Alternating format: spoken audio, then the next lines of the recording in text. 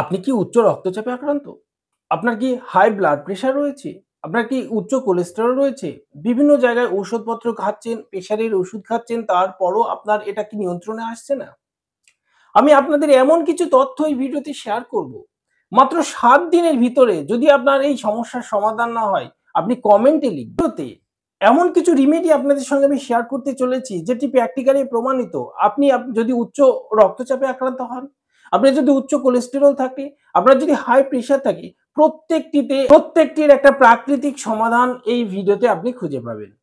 সুধী দর্শকবৃন্দ, আপনারা দেখছেন মোস্তাকিম এক্স ইউটিউব চ্যানেল। আমি একজন government certified lifestyle modification trainer রয়েছি আপনাদের সঙ্গে।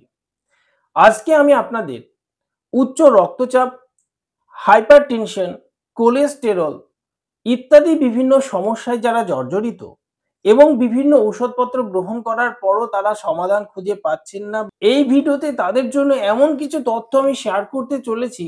এগুলো মানলে এবং নিজেদের জীবনে যদি অ্যাপ্লাই করতে পারেন, মাত্র ৭ দিনের মধ্যে একটা পজিটিভ পরিবর্তন আপনি দেখতে পাবেন। প্রথমেই আসা যাক, উচ্চ রক্তচাপ জিনিসটা কি? আমাদের এই যে হৃৎপিণ্ড রয়েছে, এই হৃৎপিণ্ড পাম্প করে রক্তকে আমাদের সারা শরীরে ছড়িয়ে দেয়। এই যে পাম্প করছে রক্ত, এই রক্তের প্রেসারকে আমরা দুটো ভাগে ভাগ করি, একটা উপরের পার্ট, একটা নিচের পার্ট। একটা নর্মাল মানুষ বা সাধারণ মানুষের এই উচ্চ রক্তচাপের মান আসে ৮০/১২০, অর্থাৎ নিচেরটা ৮০ এবং উপরেরটা ১২০।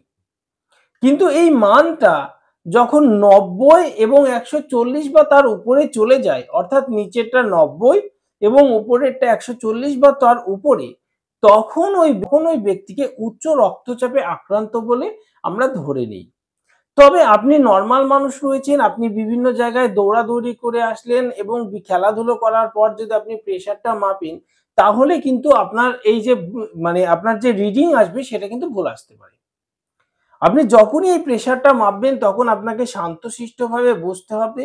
আপনার মনের মধ্যে চঞ্চল ভাব নিয়ে আসলে হবে না। শান্তশিষ্টভাবে রিল্যাক্সে বসার পর আপনার প্রেশার মাপার পর যে নাম্বারটি আসবে সেটার উপরে ডিপেন্ড করে আপনি উচ্চ রক্তচাপে আক্রান্ত আছেন না আপনি স্বাভাবিক রয়েছেন সেটা নির্ণয় করা হয়। যদি আপনি উচ্চ রক্তচাপে আক্রান্ত হন বা যদি আপনি উচ্চ কোলেস্টেরলে আক্রান্ত হন বা কোলেস্টেরল রয়েছে, আপনার হাইপারটেনশন রয়েছে, তো সেই সমস্ত ক্ষেত্রে আমরা বিভিন্ন ধরনের মেডিসিন গ্রহণ করি। তো এই মেডিসিন গ্রহণ করে কি আপনার এর সমাধান হচ্ছে? আমি তো যতদূর জানি এর সমাধান সাধারণত হয় না। অর্থাৎ ঔষধ বন্ধ করলে আবার সেই সমস্যাটা ঘুরে আসে। তাহলে এই সমস্যাটার কি সমাধান সম্ভব নয়? অবশ্যই সম্ভব। কিভাবে এর সমাধান সম্ভব? প্রথমে আমাদের জানতে হবে এই সমস্যাগুলো কেন আমাদের হচ্ছে। এর জন্য আমাদের যে লবণ গ্রহণ করা, এই লবণ গ্রহণের পরিমাণ কমাতে হবে। শরীরে পটাশিয়াম এবং নাইট্রোজেন ঘটিত যে যৌগ জাতীয় খাবারগুলো এবং এমন কিছু খাবার আমাদের গ্রহণ করতে হবে যেগুলো আমাদের এই উচ্চ রক্তচাপ বা উচ্চ কোলেস্টেরলকে কমাতে পারে। সেগুলো কি কি? সেগুলো সেগুলো হচ্ছে কলা, বিভিন্ন শাকসবজি, আমলকি, নারকেলের জল। এর পাশাপাশি আমরা চিয়া সিডকে গ্রহণ করব।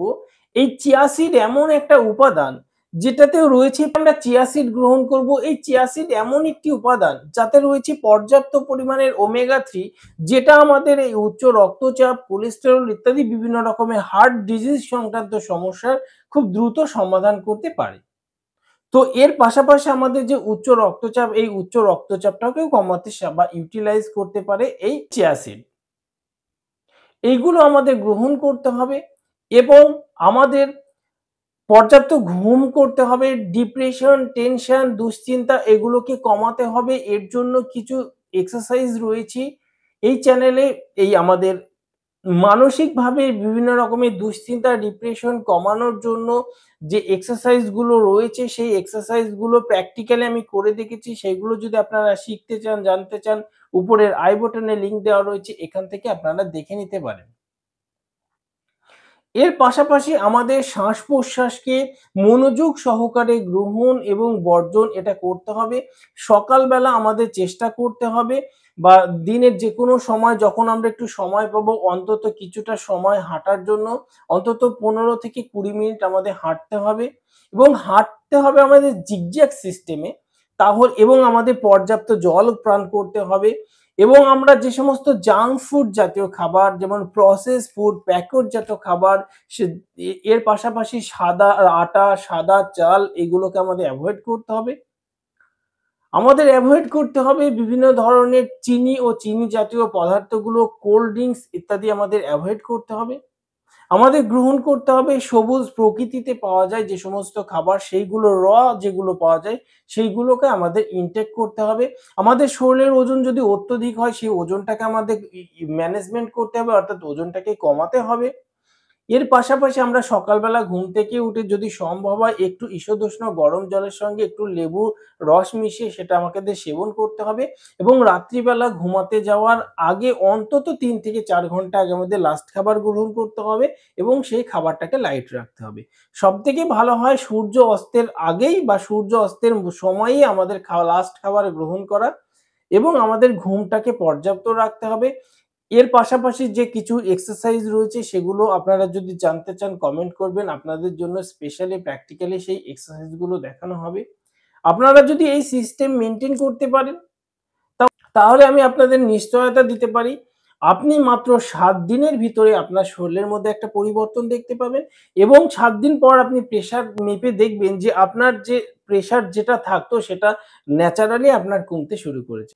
এই যে কথাগুলো বললাম এগুলো আপনার ঔষধের বিকল্প হতে পারে না। আপনি যদি কোনো জটিল পরিস্থিতির মধ্যে থাকেন তাহলে অবশ্যই ডাক্তারের পরামর্শ নিয়ে আপনাকে এগুলোকে এপ্লাই করতে হবে। আপনি যদি ইন জেনারেল স্বাভাবিক কোনো মানুষ হন তাহলে আপনি এগুলো ইউজ করতে পারেন। ভিডিওটি ভালো লাগলে লাইক করবেন এবং এই তথ্যগুলো আপনি আপনার পরিচিতদের কাছে শেয়ার করুন যাতে তারাও এই গুরুত্বপূর্ণ বিষয়গুলো জানতে পারে এবং শিখতে পারে। আপনি যদি এই চ্যানেলে নতুন হয়ে থাকেন অবশ্যই চ্যানেলটি সাবস্ক্রাইব করে পাশে থাকা বেল আইকনটি প্রেস করে রাখবেন। কারণ আমাদের মূল উদ্দেশ্য ঔষধ ছাড়া একটা মানুষকে কিভাবে সুস্থ রাখা যায়, কিভাবে আমরা সুস্থ থাকতে পারি সেগুলো সায়েন্টিফিক ভাবে এবং প্র্যাকটিক্যাল ভাবে এই চ্যানেলে আপলোড করা হয়। থ্যাংক ইউ ভিডিওটি শেষ পর্যন্ত দেখার জন্য। ভালো থাকবেন, সুস্থ থাকবেন এবং সুখে স্বাচ্ছন্দ্যে থাকবেন। Thank you.